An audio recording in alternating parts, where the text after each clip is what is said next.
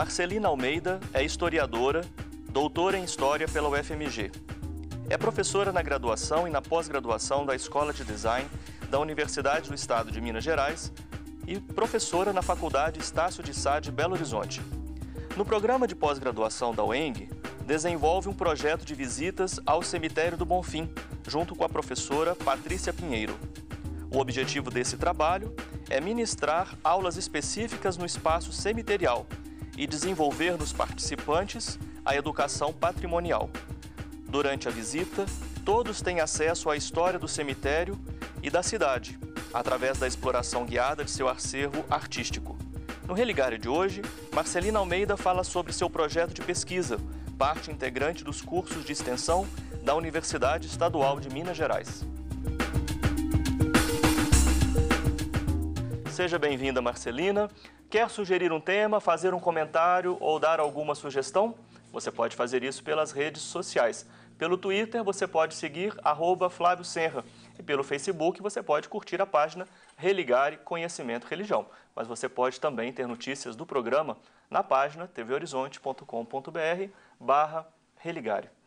Professora Marcelina, o que é esse estudo em cemiterologia? Inicialmente, eu quero agradecer a TV Horizonte pelo convite, pela oportunidade de vir falar sobre esse tema. Quem sabe os esclarecimentos aqui propostos poderão incentivar outros pesquisadores pessoas, a se interessar. A estudar esse tema, né? Exato. E esse tema trabalha basicamente o quê? Os estudos cemiteriais estão voltados, de modo geral, para se compreender como nós, seres humanos, lidamos e cuidamos dos nossos mortos. Porque o que são os cemitérios? Os cemitérios são espaços destinados ao culto aos mortos.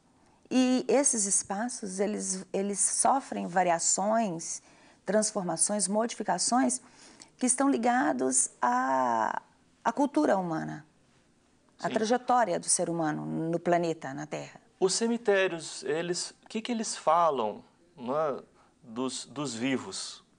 Né? O que eles revelam dos vivos? Tudo. Os cemitérios pode parecer um paradoxo, uma contradição, porque os cemitérios são o lugar dos mortos, né? É o momento derradeiro, é a última morada, é o lugar de descanso eterno. Mas os cemitérios, eles podem nos contar elementos que traduzem características da vida, de como aquelas pessoas se comportaram enquanto vivos, crenças, expectativas, vaidade, a maneira como gostariam de ser lembrados, marcos de memória. Em determinados espaços, de acordo com os ornamentos, a decoração tumular, você pode trabalhar com moda, com elementos que dão informação sobre a cultura material, de um modo geral. Então, os cemitérios, eles são muito vivos. Isso, independente do tipo de cemitério, é possível, assim, falar alguma coisa sobre como classificar cemitérios? Há tipos de cemitérios? Sim. O que esses estudos... Ao longo da história, veremos cemitérios diferentes, que estão ligados à cultura daquele momento, daquele período, daquela época. Então, nós teremos cemitérios, se formos pensar, formos bem puristas e voltarmos até a pré-história, nós encontramos espaços cemiteriais. Às vezes, até sepultamentos feitos de forma não intencional, há sepultamentos intencionais. O que é o sepultamento intencional e o sepultamento não intencional? Na pré-história, um sepultamento não intencional morreu, abandona o corpo e deixa que a natureza se encarregue do resto. Sim. Muitas das vezes a água da chuva vai levar aquele corpo para dentro de uma caverna, para uma fenda. Os sepultamentos intencionais são esses que a gente pratica, que a gente faz. Né? Então, procurar um canto, marcar com uma pedra, criar um lugar de lembrança. Né?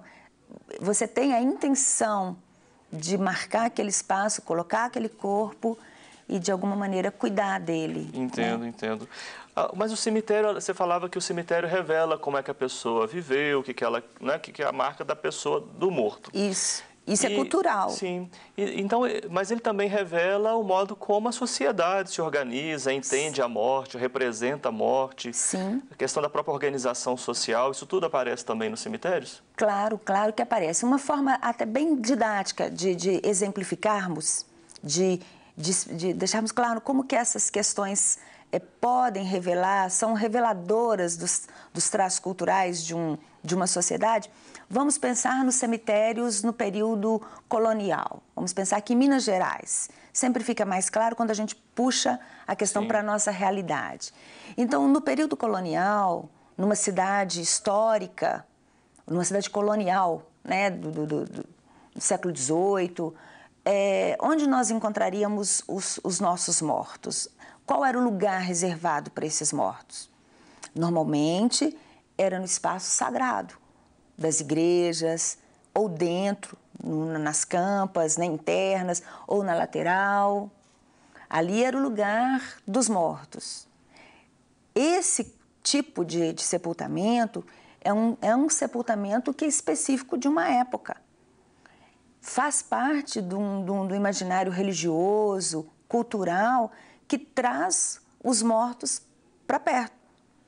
Faz parte de uma época em que a Igreja Católica ela teve uma hegemonia, uma preponderância nessa organização da sociedade, e não era só a organização estrutural, era a organização interna, a fé, do imaginário. Então, os mortos ali perto, esses sepultamentos ad sanctus, né, perto do espaço sagrado, era o reflexo dessa sociedade cristã. Quando é que começa assim, o cemitério a se separar, não é, desse predomínio religioso?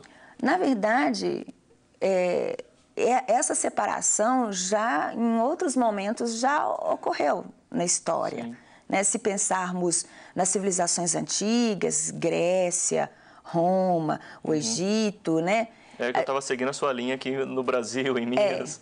Mas a gente vai já tem essa existir. Separação. Na Idade Média, quando a Igreja Católica ela ganha essa preponderância, né, ela ganha esse relevo, ela traz os mortos para perto dela. Então, traz os mortos para dentro da igreja.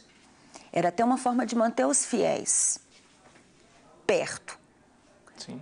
E alguns construíam as igrejas para funcionar como seu próprio cemitério. Exato, exatamente. Grupos religiosos, pessoas com poder aquisitivo elevado. Então, desde a Idade Média, então, quer dizer, séculos, né, de manter da manutenção desse padrão, desse comportamento.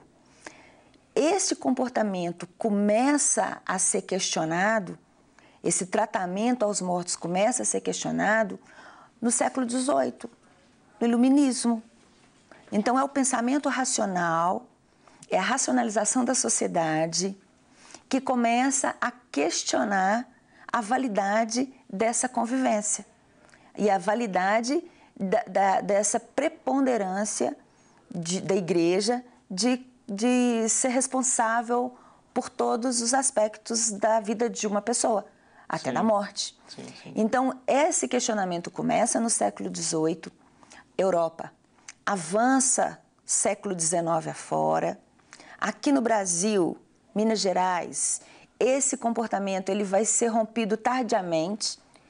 É só pensarmos, né? Que convivemos com os mortos nas igrejas até bem pouco tempo. Sim. Então, não é um comportamento fácil de ser rompido. Há exemplos, inclusive, no Brasil, de revoltas, que chamavam de cemiteiradas, da resistência popular em relação a mudar esse comportamento. A não ser enterrado ali no ato da igreja. Isso, a sair da igreja. A permanência dentro da igreja era muito importante. As pessoas que estavam proibidas, que a elas eram negadas o sepultamento sagrado, era terrível, era um sofrimento muito grande. Então, quem não podia, quem não tinha esse acesso, eram as pessoas muito pobres, que não pertenciam a nenhuma igreja, muitas vezes não pertenciam a uma irmandade. Exato. Muitas vezes recorriam à misericórdia, né, a Santa Casa de Misericórdia. Crianças que nasciam e não eram batizadas, não tinham direito ao sepultamento sagrado, suicidas. Então, era muito triste, né?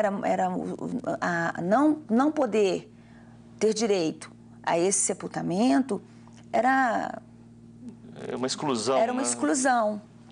E, como eu lhe disse, essa racionalização da sociedade que começa no século XVIII, com o movimento iluminista lá na Europa, que vai ganhar uma força grande com a Revolução Francesa, isso vai refletir aqui. No dia a dia. Aqui. No dia a dia. Nós vamos continuar no segundo bloco a ver outros aspectos desses estudos. O Religário de hoje conversa com a professora e historiadora Marcelina Almeida. Nós vamos para um breve intervalo e voltamos já.